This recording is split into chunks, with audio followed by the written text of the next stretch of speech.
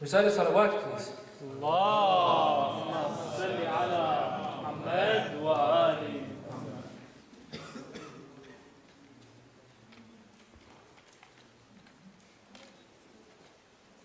Okay, why do scholars practically never talk about women's hijab? Clearly the hijab is getting worse and worse. Are parents not responsible for the clothes they buy for their youth? The first part of it, I don't know. We'll try to talk about that as well. I don't know what you're referring to. But inshallah, we'll try to discuss that as well. But about the second part of it, are parents responsible for the clothes they buy for their youth? Of course they are. If they know that this youngster is buying this or I'm buying them, they're going to be wearing this outside and it's not proper hijab, then I can't buy that for them. The responsibility is far greater than just buying the clothes. If we can train and raise the children in a way that they would not want to wear the clothing, that's important. Sometimes we would have to stop them, obviously. They would have this desire to have such clothing that others are wearing as well. But not giving them what they are wishing is not the only thing that we're supposed to do. There's a lot more that we need to do in order to raise our children Islamically. So when they reach the age of, say, 18 or 19, or when it becomes a little more difficult to practice, that they would want to actually stay on the right track. We help them and be beside them where they need our help and support.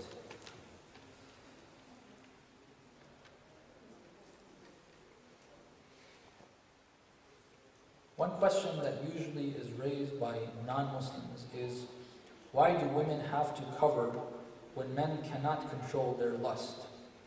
How can we answer this question properly without, again, bringing men to the level of animals? It's a nice way to put the question.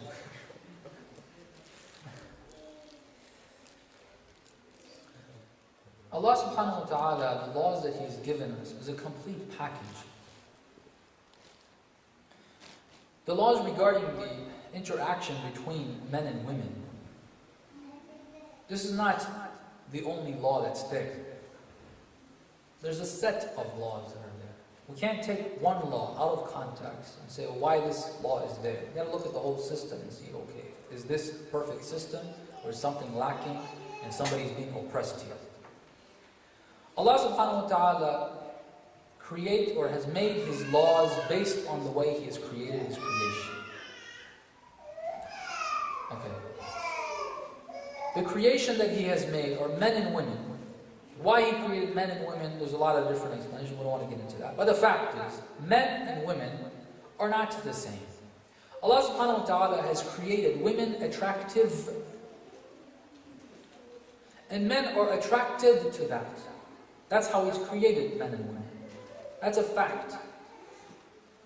The billboards, don't look, okay, we're not allowed to look at that, but all the billboards have women's picture on it when they want to advertise for things, not men's picture. They don't have men standing like this or like that. They have women standing like that. Because men are attracted to that. Women are attractive, men are attracted to that. Okay. With that creation, Allah subhanahu wa ta'ala has made two set of laws. One set of laws is for men, and one set of laws is for women. For the men, it is that you don't look at women. This is not emphasized as much. I like to emphasize it. It's very important, brothers. The looks are very important.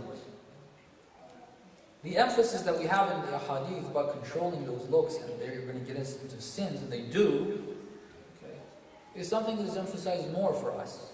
That's the law that's more difficult to practice for the men. Because they're attracted, they need to lower their gaze, as the verse of the Holy Quran says.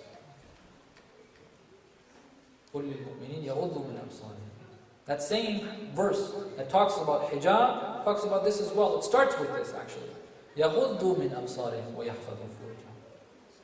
For the women, يَغْضُضْنَ مِنْ أَبْصَارِهِنَّ وَيَحْفَظْنَ فُرُوجَهُمْ. Okay. They need to cover. وَلَا يُبْدِينَ زِينَتَهُنَّ until the end of the verse.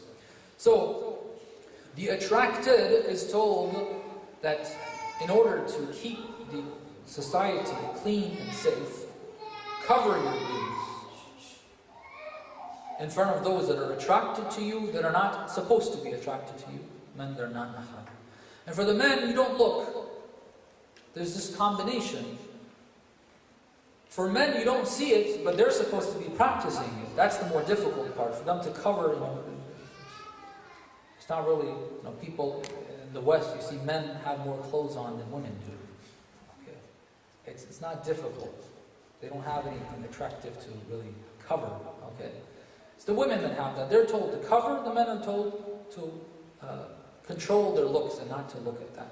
That combination, based on this system, based on the creation, it's very logical. You can't tell, oh, men, there's these beautiful hoodies walking around, you're not allowed to look, okay? And they can go around whatever they want to do. Well, that's going to be too difficult, okay? The attraction that Allah subhanahu wa ta'ala has put into men, that's not possible. That's oppression. You're supposed to keep away from all of that, okay? You only practically can get married to one wife, although Islam says 4 is allowed, but we'll practically get married to one wife. But there's all these, stay away from all of that, and all of them are walking. That's why you have all of this sin and all this corruption out here in the West, where they're not controlling that, where they're not covering it. Okay. Men are supposed to control themselves, but that alone is not enough. Women have got to also cover. The question applying to women, I've heard that salah becomes batil if the first line of wrist becomes visible during salat.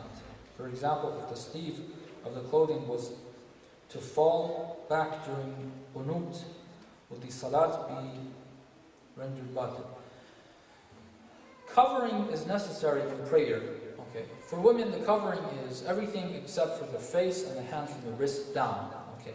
Now, during that prayer, if they purposely remove any of that, or they know it's there, they don't cover it again, yes, the prayer becomes batil. But if they're raising their hands for qunut and it comes down, they pull it back up, that's not batil. Okay.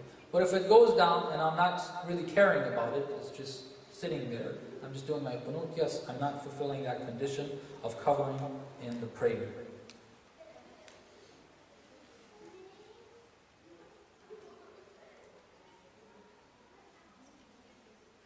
Is mustahab to wear a ring? If so, what stones are recommended and what are the benefits of each type of stones? Aqiq Yamani, Firuza, Najaf, Hadid. Yes, it is mustahab to wear a ring, and the most recommended is Aqiq. I haven't really checked Aqiq Yamani and the difference between that. They say the difference is that Aqiq is the first stone to bear witness or testify to the wilayah of the Mu'mineen. Aqiq al-Yamani is the first one. I've heard that, but I haven't done the research myself. They say it's mustahab to wear Aqiq al-Yamani. I'll just quote that to you. The effects of them, there's a number of effects that have been mentioned. One of them is protection. It's mustahab in prayer, it increases the rewards in prayer. Aqiq has got the most effects. Now, I don't remember every single one of those effects, but Aqiq has everything that all the other stones have, as far as I remember. Firuza is also very recommended, but Aqiq has been mentioned, but to be better than that, you can have both if you wish. Dur Najaf is, people wear that, and it seems like it's mustahab. Hadid, there have been narrations regarding that, but I haven't really researched that myself. Yeah, the questions that I had. There's no more questions. Recite Salawat. There's a question from the sister. Sorry, yes?